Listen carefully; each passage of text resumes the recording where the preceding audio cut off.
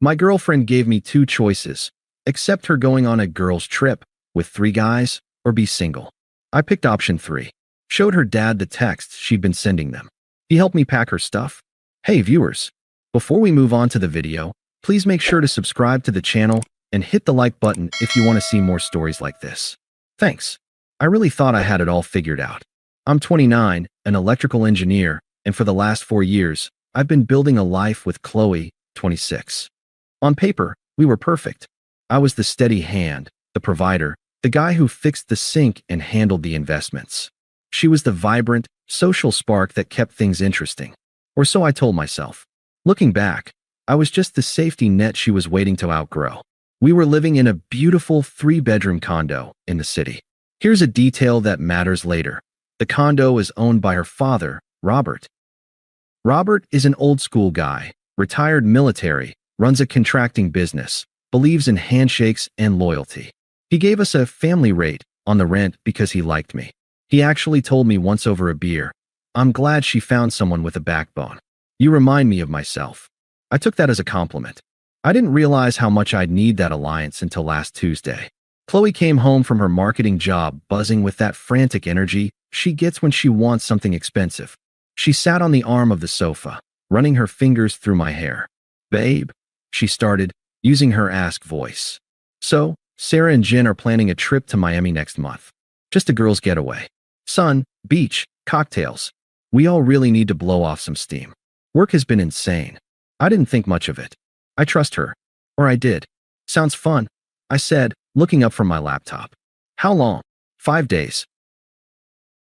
"The flight is a bit pricey, but I was hoping we could put it on your Sapphire card for the points. I'll pay you back for half when my bonus hits." I agreed. I always agreed. I booked the flight that night. I even felt good about it, thinking I was being the supportive boyfriend giving her space to relax with her friends. 2 days later, the universe handed me a reality check. Qley was in the shower. I was in the living room, watching the game, when her iPad, which was sitting on the coffee table, lit up. It was linked to her iMessage. I usually ignore her notifications, but the preview text caught my eye because it wasn't from Sarah or Jen. It was from a contact saved as Kyle Jim. The message read, "Tell him whatever you want. Just make sure you bring that red thing you wore last week." I'm not sleeping on the couch this time. My stomach dropped through the floor. The air left the room. I stared at the screen, my heart hammering against my ribs like a trapped bird. I knew I shouldn't look. I knew the noble thing to do was to wait and ask her. But the phrasing, "tell him whatever you want," shattered my nobility. I unlocked the iPad. She hadn't changed the passcode in 3 years. I didn't just find a text. I found a war room. It was a group chat named Miami Mayhem Palm Tree Smiling Face with Horns. The members weren't just Sarah and Jen. It was Sarah, Jen, Qley, this Kyle guy, and 2 other men named Mike and Justin. I scrolled back. I read for 10 minutes, and with every swipe, my love for her turned into a cold, hard knot of nausea. This wasn't a girls' trip. It was a couple's trip. Sarah and Jen were bringing these guys, and Kyle was paired off with Qley. They had rented a 3-bedroom Airbnb. The logic was simple. I was paying for her flight, and she was splitting the Airbnb cost with Kyle. But the cheating wasn't even the worst part. It was the disrespect.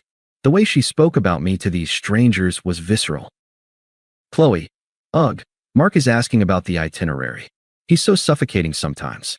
He's acting like my dad. Kyle, does the bank account know he's being played? Qley, LOL stop. He's useful. He's paying for the flight, so that saves me $400. Besides, he's so vanilla he'd never survive Miami anyway. I need a break from playing house with Mr. Safety. Kyle, don't worry, I'll make sure you forget his name by the second night." "Qley, I already have winking face." I sat there, freezing cold in my own living room. Useful. Vanilla. Mr. Safety. She wasn't just betraying me. She was laughing about it. She was soliciting validation from a guy who clearly didn't respect her, using my resources to facilitate it. I took screenshots of everything. The mocking, the plans to share a room, the confirmation that she was lying to my face. I airdropped them to my phone and deleted the evidence from the iPad. Then I sat back down and waited for her to get out of the shower. I didn't scream. I didn't throw things. I felt a strange, clinical detachment washing over me. The woman I loved had died the moment I read those texts. The person in the shower was just a squatter. She walked out of the bathroom wrapped in a towel, humming, smelling like her expensive vanilla scrub, the one I bought her for her birthday. She saw me sitting on the couch with the TV off. "Why is it so quiet in here?" she asked, drying her hair. "I was just thinking about your trip," I said. My voice was steady, almost too steady. "I was looking at hotels in Miami. Where are you guys staying again?" She didn't even flinch. "Oh, we found a cute boutique hotel near South Beach. Just a small place. Sarah booked it." "Really?" I asked, because I was looking at Airbnbs, and they seemed like a better deal for a group. "No, we wanted hotel service," she lied effortlessly. She walked into the bedroom to get dressed. I followed her to the doorway. "So it's just you, Sarah and Jen?" "Yes, Mark." "Why are you interrogating me?" She pulled a t-shirt over her head, her voice getting sharp. She hated being questioned. "Because I know Kyle is going," I said. She froze. Her back was to me, but I saw her shoulders tense up. She slowly turned around, her face flushing a mix of panic and anger. "Who?" "Kyle," I repeated. "And Mike. And Justin. And I know you aren't staying at a hotel. You're staying at a 3-bedroom Airbnb. And you aren't sleeping alone." She stared at me for a long moment, her brain working overtime to calculate how much I knew. Then, she made the mistake of going on the offensive. It's the cheater's classic pivot. When caught, attack the method of discovery. "Did you go through my phone?" she snapped, her eyes narrowing. "You violated my privacy? Are you serious right now?" "I saw a notification on the iPad," I said calmly. "But yeah, once I saw a strange guy texting my girlfriend about sleeping in the same bed, I looked. And I saw everything, Qley. I saw you calling me useful. I saw you laughing about me paying for your flight so you could go hook up with some gym rat." She scoffed, crossing her arms. She didn't cry. She didn't apologize.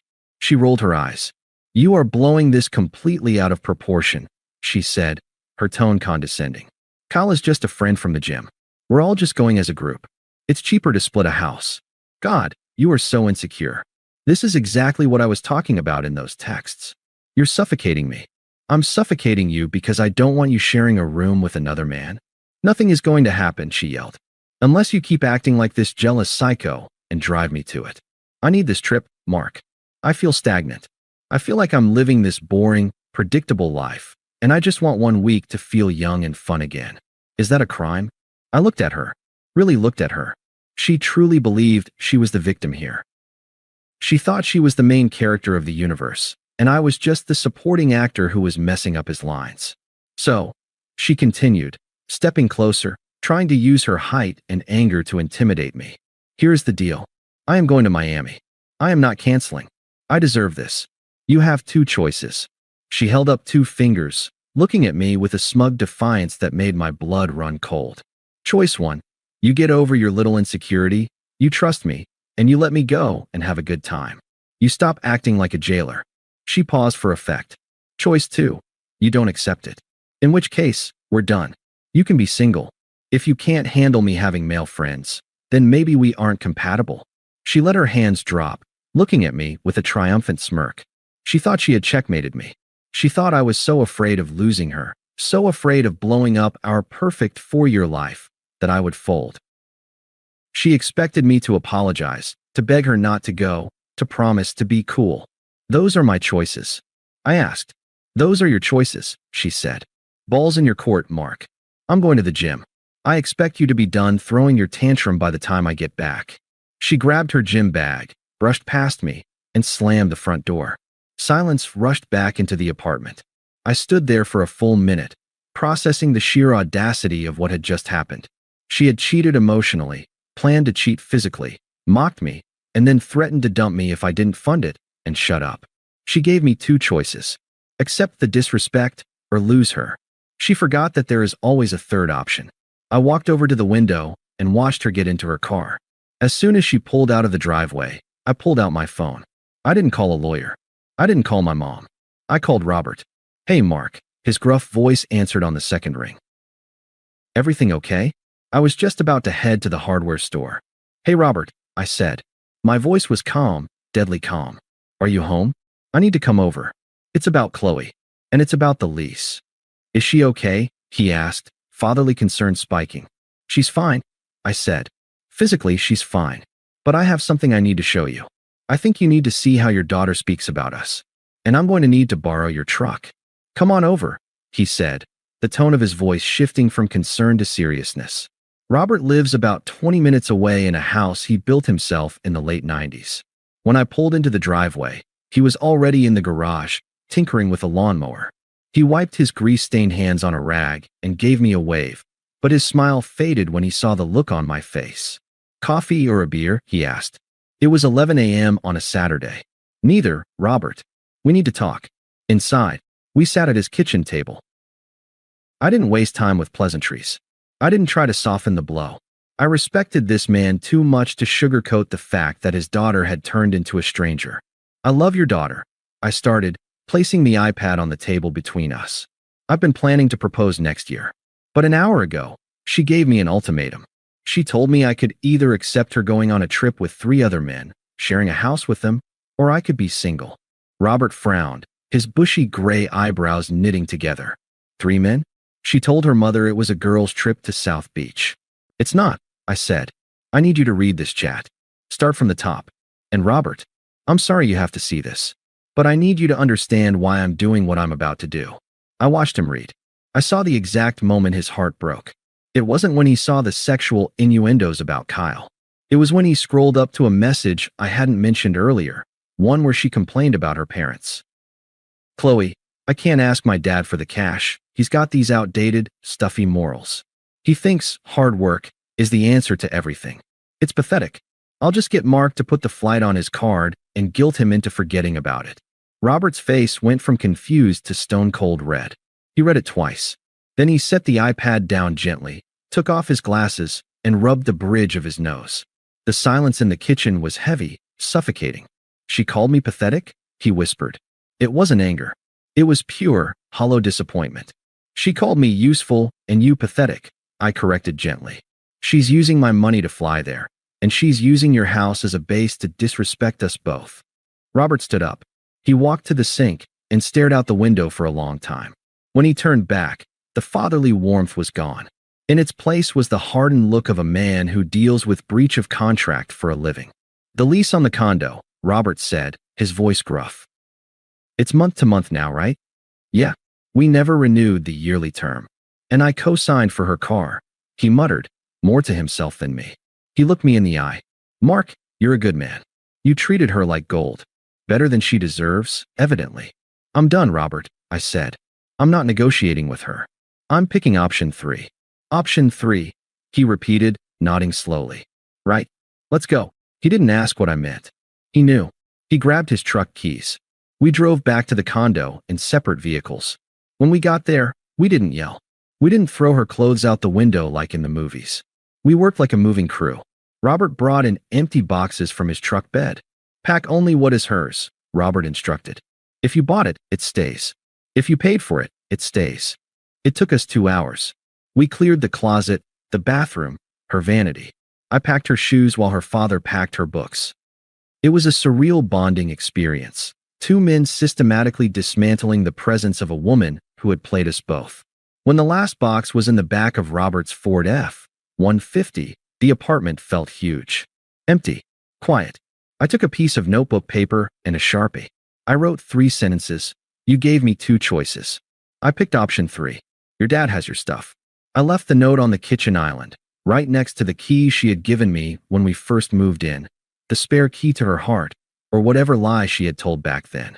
Robert looked at me as he idled the truck in the driveway. I'm taking this to my garage. She can stay in her old room until she figures out her life. But Mark, don't let her talk her way back in. She's got her mother's tongue. She'll try to spin this. She's blocked, Robert. She doesn't exist anymore. He nodded, gave me a firm handshake, a grip that said I'm sorry without saying the words, and drove off. I went back inside, poured a whiskey, and sat in the silence. For the first time in 4 years, I didn't have to worry about making someone else happy. I just breathed. She came home 2 hours later. I wasn't there. I had gone to a buddy's house to crash for the night, just in case she tried to cause a scene. But I had my Ring camera notifications on. I watched the footage on my phone. She walked up to the door, gym bag over her shoulder, looking annoyed, probably rehearsing the speech about how I needed to grow up. She put her key in the lock. It worked. I hadn't changed the locks yet. Robert was the landlord, so he'd handle that later. She walked in. I saw the moment she realized the apartment echoed.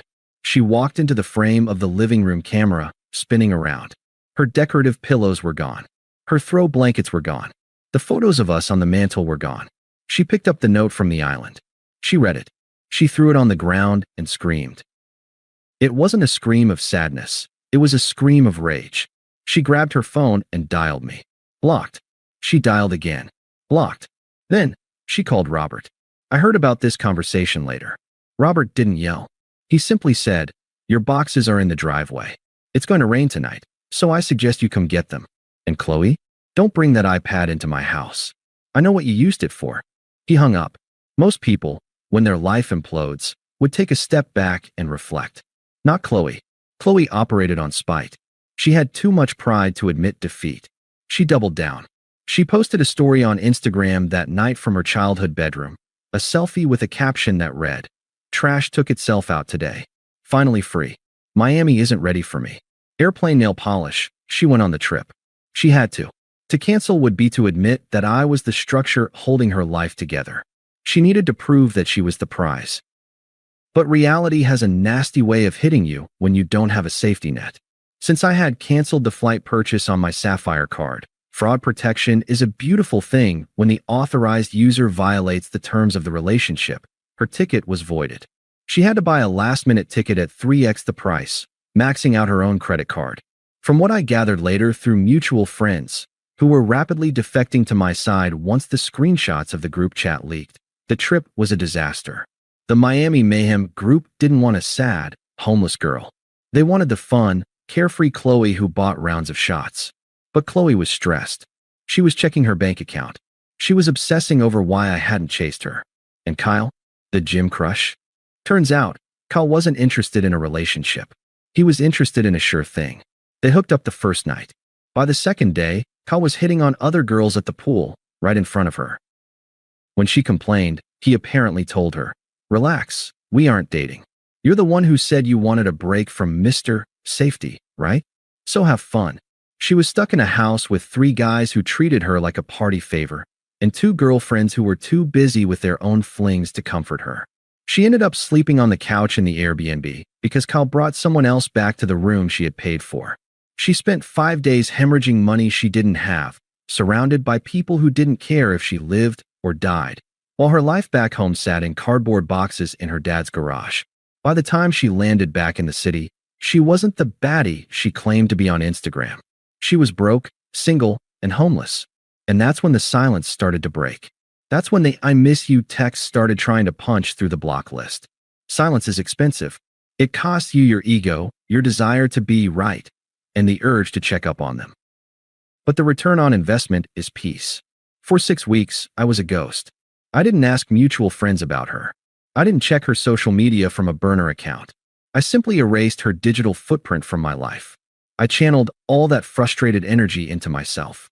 I hit the gym 6 days a week, not for revenge, but to burn off the adrenaline. I focused on a project at work that I had been neglecting because I used to spend my evenings listening to Qley complain about her coworkers. Without her drama sucking the oxygen out of the room, I thrived. I got a promotion. I slept better. My bank account looked healthier than it had in years. But toxic people hate silence. It forces them to hear their own thoughts, and Qley evidently didn't like what she was hearing. The flying monkeys arrived first. About a month after the breakup, I got a text from Sarah, the same Sarah who had helped plan the Miami Mayhem trip. "Sarah, hey Mark. Look, I know you're mad, but you need to talk to Qley. She's in a really bad place. She's been crying nonstop.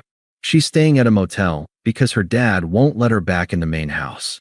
You can't just abandon her like this. It's cruel." I stared at the phone. It was almost funny. They wanted me to be the safety net again. They broke her, and now they wanted me to pay for the repairs. I didn't reply. I blocked Sarah. Then I blocked Jen. Then I blocked the 2 other friends who liked her freedom post. When the digital manipulation failed, she resorted to the physical ambush. It was a Tuesday evening. I was walking to my car in the company parking garage. I unlocked my door and heard the click of heels hurrying across the concrete. "Mark, Wait. I froze. I recognized the voice, but it sounded thinner, shrill. I turned around. Qley was standing by the bumper of my car. The glow down is a real phenomenon. The Qley I knew was always impeccable. Hair done, makeup flawless, outfit curated for the gram. This woman looked exhausted. Her roots were showing. She was wearing sweatpants that looked slept in and a hoodie I recognized as one of mine she had stolen years ago. She looked like she hadn't slept in a week. She looked at me, and for a second, I saw the old arrogance flicker in her eyes, but it was quickly replaced by desperation. "You're hard to find," she said, trying for a playful tone but missing by a mile. "You blocked my number? Really? After 4 years?" I didn't smile. I didn't frown. I just leaned against my car door, crossing my arms.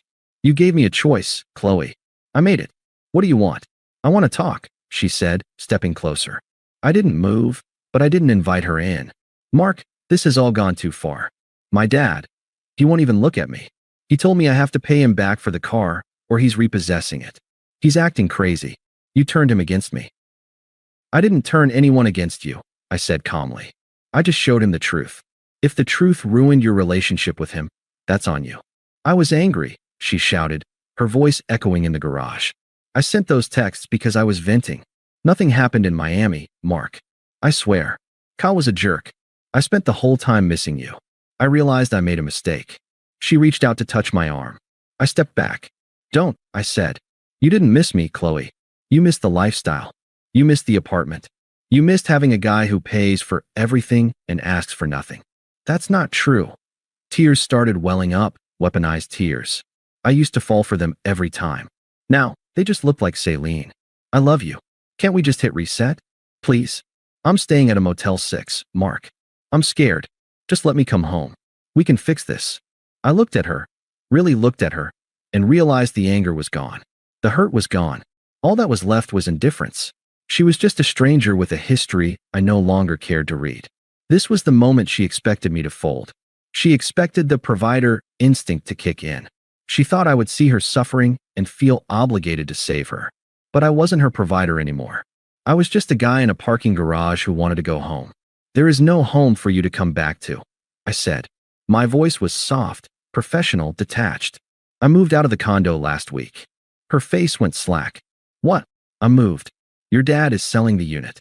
He didn't want the memories either." You left me nothing?" she stammered. "You just erased me? You erased us, Qley. When you sent that text saying I was useful and boring, you killed the relationship. You just didn't realize it until the credit card bill arrived." She started to get angry then, the sadness dissolving into the toxic entitlement I had ignored for too long. "You are such a petty, vindictive little man. You think you're better than me? You think you're some prize? You're boring, Mark.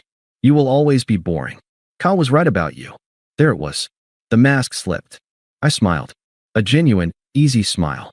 "You know, you're right," I said. "I am boring. I pay my bills. I stay loyal. I treat people with respect.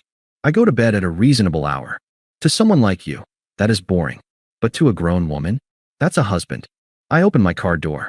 "You can't just leave me here," she screamed. "I have nowhere to go." "You have plenty of places to go," I said, getting into the driver's seat. "You have the gym. You have the club. You have the streets of Miami. You have all that freedom you demanded. You're free, Qley. Congratulations. You got exactly what you wanted." "Mark," she slammed her hand on my window. I started the engine. The Bluetooth connected, and my phone lit up on the dashboard. A text notification popped up from a woman named Elena, a pediatrician I had met at a mutual friend's dinner party 2 weeks ago. "Elena, dinner's almost ready. Pick up wine on your way." Qley looked through the glass. She saw the name. She saw the smiley face. She saw the life that was supposed to be hers, continuing without her. I didn't look at her again. I put the car in reverse, backed out, and drove toward the exit ramp. In the rearview mirror, I saw her standing alone in the middle of the concrete lane, small and shrinking with every yard I put between us. I turned on the radio, merged onto the highway, and went to buy a bottle of Cabernet. I picked option 3, and it was the best decision I ever made. Thanks for watching.